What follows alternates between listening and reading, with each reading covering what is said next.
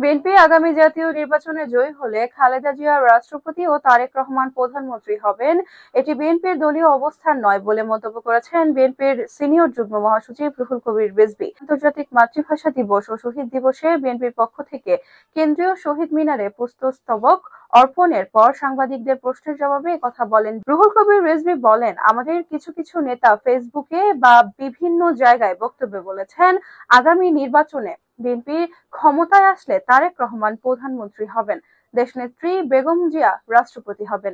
এটি তার ব্যক্তিগত অভিমত হতে পারে, এটি আমাদের দলের অবস্থান নয়। জনগণের মধ্যে আস্থা তৈরি করার জন্য একটি অবাধ, সুষ্ঠু, অন্তর্ভুক্তিমূলক নির্বাচন নিশ্চিত করা অন্তর্বর্তীকালীন সরকারের দায়িত্ব বলেও উল্লেখ করেন তিনি। আগে স্থানীয় সরকার নাকি পরে জাতীয় সরকার, এই বিতর্কে অন্তর্বর্তীকালীন সরকারের অংশ নেওয়া উচিত নয় বলে মন্তব্য করেন রিজভী। এবং তিনি আরো বলেন, এই সরকারকে জনগণের ক্ষমতা জনগণকে ফিরিয়ে দিতে হবে।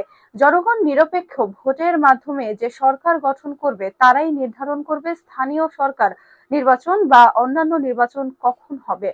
গণতন্ত্রে বিশ্বাসী একটি রাজনৈতিক দল ক্ষমতায় থাকলে স্থানীয় সরকার অবাধ ও সুষ্ঠু নির্বাচন হওয়া সম্ভব বলে উল্লেখ করে তিনি বলেন, কোনো বিতর্ক করে জাতীয় নির্বাচন পিছিয়ে দেওয়ার কিছুই নেই।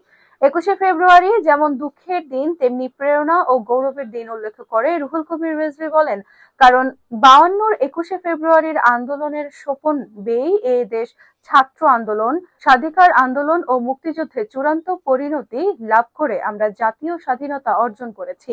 তিনি বলেন, যুগে যুগে ২১ ফেব্রুয়ারি আমাদের প্রেরণা দিয়েছে, আমাদের উদ্বুদ্ধ করেছে, আমাদের ফ্যাসিবাদের বিরুদ্ধে লড়াইয়ের রাস্তায় দাঁড়াতে সাহস জুগিয়েছে।